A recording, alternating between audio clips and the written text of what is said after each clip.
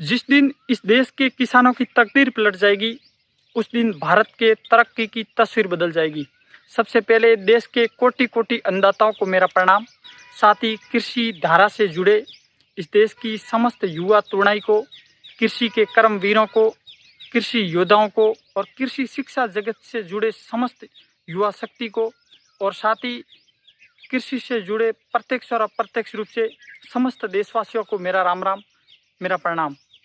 मैं मेरे इंट्रोडक्शन के साथ ही मेरी बात को आगे बढ़ाना चाहूँगा। मैं हरकाराम पटेल, पुत्र श्री लुम्बाराम जी, गांव नादिया, तहसील बागोड़ा, जिला सांसौर, राजस्थान से वर्तमान के अंदर मैं भारतीय कृषि अनुसंधान परिषद नई दिल्ली के तत्वाधान में agriculture university, doctor Panjabrao Deshmukh कृषि विद्यापीठ, एग्रीकल्चर कॉलेज नागपुर का बीएससी ऑनर्स एग्रीकल्चर का विद्यार्थी। मैं पहली बार एग्री लाइट यूट्यूब चैनल के माध्यम से आपके बीच में उपस्थित हो रहा हूं। सबसे पहले तो मैं आपके अपने चैनल एग्री लाइट पे आप सभी का तहे दिल से बहुत बहुत स्वागत और अभिनंदन करता हूं। मैं सबसे पहले एग्री लाइट का पर्पज़ बता दूं। वैसे इसका पूरा पर्पज़ इस वीडियो के माध्यम से आपको धीरे धीरे आगे पता चलेगा, लेकिन मैं इतना बता दूं कि एग्री लाइट का मतलब हमने कुछ इस प्रकार रखा है कि एग्री लाइट के माध्यम से कृषि क्षेत्र में एक नई रोशनी, एक नया प्रकाश, एक नई क्रांति और एक नया उजाला हम अपने इसमें योगदान को साझा करने जा रहे हैं। बस मैं एक छोटे से सहयोग की अपेक्षा आपसे ज़रूर करूंगा कि आप मुझे सब्सक्राइब रूपी सपोर्ट अवश्य करें और आप अपना प्यार और आशीर्वाद मुझ पर बनाए रखें। मैं आप सभी से अनुरोध करता हूं कि आप इस वीडियो को पूरा अवश्य देखें। मैं आपको विश्वास दिलाता हूं कि ये वीडियो देखने के दौरान आपका समय व्यर्थ नहीं जाएगा। मैं किसान की पृष्ठभूमि से बिलोंग करता हूं। यदि किसान अपने छोटे छोटे पहलू और मापदंडों को ध्यान में रखे तो वो किसान खुद एक स्वावलंबी और आत्मनिर्भर किसान बन सकता है। मैं उन्हीं पहलू और मापदंडों को ध्यान में रखते हुए आप तक वीडियो इन्फॉर्मेशन पहुंचाता रहूँगा।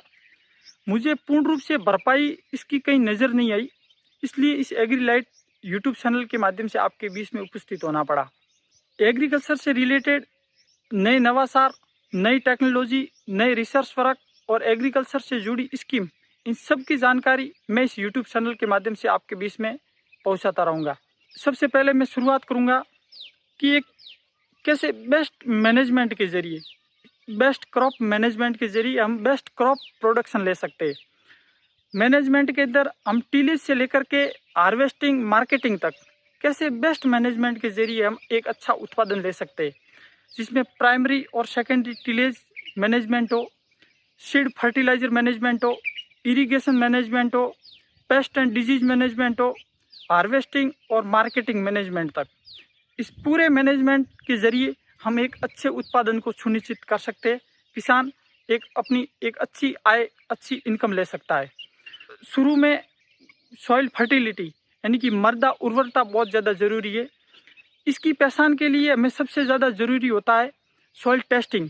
सॉइल टेस्टिंग के बिना यानी कि मृदा के परीक्षण के बिना हम सॉइल फर्टिलिटी का एग्जिट पता नहीं लगा पाते। सॉइल टेस्टिंग की मैं पूर्ण जानकारी अगले वीडियो के अंदर पूर्ण इसकी जानकारी बताऊंगा, लेकिन मैं अब इतना बता दूं कि सॉइल टेस्टिंग बहुत ज़्यादा ज़रूरी होता है एक अच्छे उत्पादन के लिए। स्वस्थ धरा तो खेत हरा। अगर अपनी मिट्टी स्वस्थ रहेगी, अपनी मिट्टी शुद्ध रहेगी, तो निश्चित रूप से अपना अच्छा उत्पादन है जो आने वाले समय में अच्छा होगा। सॉइल की टेस्टिंग कैसे करते हैं, कैसे इसका सैंपल लेते हैं, किससे संपर्क करना होता है, कहाँ इसकी टेस्टिंग होती है, कैसे रिजल्ट आता है और क्या इसमें सुधार उसके बाद में किए जाते हैं, इसकी डिटेल मैं अगले वीडियो में बताऊंगा। लेकिन मैं इतना बता दूं कि सॉइल की टेस्टिंग बहुत ज़्यादा ज़रूरी होती है एक अच्छे उत्पादन के लिए। उसके बाद में एक अच्छी वैरायटी का चूज करना, ये बहुत ज़्यादा ज़रूरी होता है। किसान आज भी परंपरागत उन्हीं पिछले बीजों का कई बार यूज करता है और मन से ही उत्पादन नहीं ले सकता है। कैसे एक अच्छी वैरायटी का हम चूज करके, एक उन्नतशील किस्म का वैरायटी का यूज करके हम अपने उत्पादन को बढ़ा सकते हैं। हमारे कृषि वैज्ञानिक नए निरंतर जो वैरायटी है उसका लगातार वो डेवलप कर रहे हैं, लेकिन किसान जानकारी के अभाव में एक अच्छी वैरायटी किसान चूज नहीं करने के कारण वो अपने उत्पादन को बढ़ा नहीं पाता है। मैं निरंतर ये प्रयास करूंगा कि कैसे एक अच्छी वैरायटी किसान इसका सूझ करे, उसकी जानकारी वो खुद रखे और एक अच्छी वैरायटी वो किसान अपने खेत में इम्प्लीमेंट करके उगा करके अपने उत्पादन को बढ़ा सके। इसके लिए हम निरंतर प्रयास करेंगे।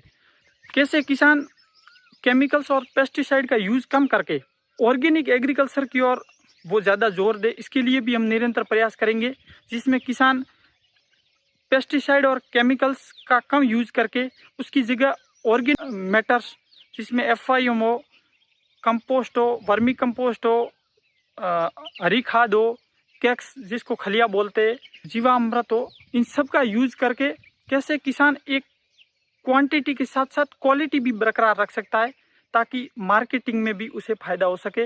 एक अच्छी क्वालिटी के प्रोडक्शन में उसे मार्केटिंग में भी बहुत अच्छा मुनाफा मिल सके। मैं निरंतर ये प्रयास करूँगा कि समय समय पर एग्रीकल्चर साइंटिस्ट, एग्रीकल्चर के specialist, agriculture expert, agriculture doctors, उनके ओपिनियन भी जानेंगे और उनसे भी ये जानेंगे कि कैसे किसान वाकई किसान का भला संभव हो सकता है, कैसे किसान अपने उत्पादन को बढ़ा सकता है। हम समय समय पर भारत की कृषि भ्रमण के लिए निकलते हैं, तो हम वहाँ की साइंटिफिक एग्रीकल्चर भी आपको दिखाएंगे और साइंटिस्ट किस तरीके से हाईटेक एग्रीकल्चर करके, साइंटिफिक एग्रीकल्चर करके उत्पादन को वो बढ़ा रहे हैं, कैसे किस प्रकार से एग्रीकल्चर कर रहे हैं, उसकी जानकारी भी हम आपको प्रोवाइड करवाएंगे। और ये ज़रूरी है कि अब किसान परंपरागत तरीकों से ऊपर उठ करके एक साइंटिफिक एग्रीकल्चर की ओर मूव करे। हम ये भी कोशिश करेंगे कि देश के प्रगतिशील जो किसान हैं उनकी खेती भी हम आपको दिखाएंगे, ताकि ये जान सको कि वो किस प्रकार से खेती करके अपने उत्पादन को बढ़ा रहे, अपनी आय को लगातार निरंतर इंक्रीज कर रहे। एक और बात बोलना चाहूँगा, और ये बात बोलने से पहले मैं ये भी क्लियर कर दूँ कि मेरा मकसद किसी पे सवाल या निशान खड़े करना नहीं है, लेकिन मैं ये बात ज़रूर कहूँगा कि एक आम किसान की भलाई के लिए प्रयास कुछ और होने चाहिए थे, लेकिन प्रयास कुछ और हो रहे। या फिर मैं यूँ कहूँ कि दुनिया की भलाई का रास्ता कुछ और है, लेकिन दुनिया जा किसी और तरफ रही है। मुझे इसमें सुधार की संभावना इसलिए भी कम नज़र आती है क्योंकि सिस्टम जिस तरफ चलता है, ये ट्रेंड रहा है, ये फितरत रही है कि लंबे वक्त तक उसी तरफ वो चलता रहता है।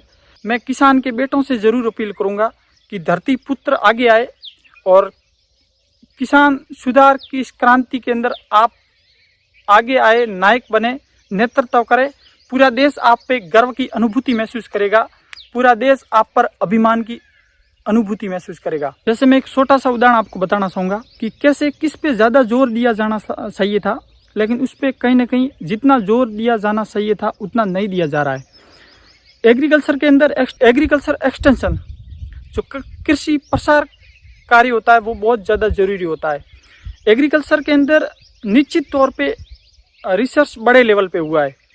हमारे जो कृषि वैज्ञानिक है वो निरंतर नई टेक्नोलॉजी, नई वैरायटी डेवलप कर रहे हैं, लेकिन उस टेक्नोलॉजी को उस लैब से लैंड तक पहुंचाने का जो बीज का जो माध्यम होता है उसकी हमेशा हमें कमी खिलती नजर आती है। ये सरकार को सुनिश्चित करना चाहिए। एग्रीकल्चर एक्सटेंशन जो बहुत ज़्यादा ज़रूरी होता है एक अच्छे उत्पादन के लिए, किसान जागरूकता के लिए, किसान की जागृति के लिए, ताकि किसान अब परंपरागत तरीकों से ऊपर उठ करके एक साइंटिफिक एग्रीकल्चर की ओर मूव कर सके, एक हाईटेक एग्रीकल्चर की ओर मूव करके अपने उत्पादन को बढ़ा सके। मैं आप सबसे ये भी चाहूँगा कि आप इस वीडियो को शेयर अवश्य करें। मुझे पूरा विश्वास है कि आप इस वीडियो को शेयर अवश्य करेंगे। मैं यहाँ एक बात और कहूँगा कि किसान गांवों के अंदर बसता है, वो दूर दराज ढाणियों में बसता है, शिक्षा की कहीं ना कहीं वो ज़्यादा शिक्षित नहीं होता, और कहीं ना कहीं देखते हैं कि किसान एक उसकी सोच एक परिधि में सिमटी हुई रहती है। वैसे देश का किसान सम्मानीय अन्नदाता है, लेकिन अब हमें इस सोच से ऊपर उठना होगा। अपनी बड़ी सोच के साथ सर्वभद्राणि पश्यन्तु की भावना के साथ निरंतर आगे बढ़ना होगा। अपनी भलाई के साथ साथ औरों की भलाई की भावना के साथ भी हमें निरंतर आगे बढ़ना है, क्योंकि इसी में अपना जीवन जीना सार्थक सिद्ध माना जाएगा। मैं ये भी बात कहूँगा, विशेषकर इंसान को इस धरती माँ ने बड़ा काबिल मान करके, बड़ा काबिल समझ करके इस धरती रूपी रंगमंच पे भेजा है कि वो अपने नैतिक फर्ज को जरूर अदा करेगा, वो इस धरती माँ का जरूर कर्ज चुकाएगा। नैतिक फर्ज अदा करने का जरिया हम किसी की सेवा करके, ईमानदारी से, या फिर एक अच्छी चीज़ों को प्रमोट करके अदा किया जा सकता है। निश्चित तौर पे ये मान के चलना कि जिस दिन अपनी वजह से किसी का मुरझाया हुआ चेहरा खिल उठता है, उस दिन ये मान लेना कि मेरा जीवन जीना सार्थक सिद्ध हो गया। या फिर सामने वाले इंसान के मन में अपने प्रति उसकी भावनाएं धन्यवाद ज्ञापित कर रही हो, तो ये मान लेना कि मेरा जीवन जीना सार्थक सिद्ध हो गया।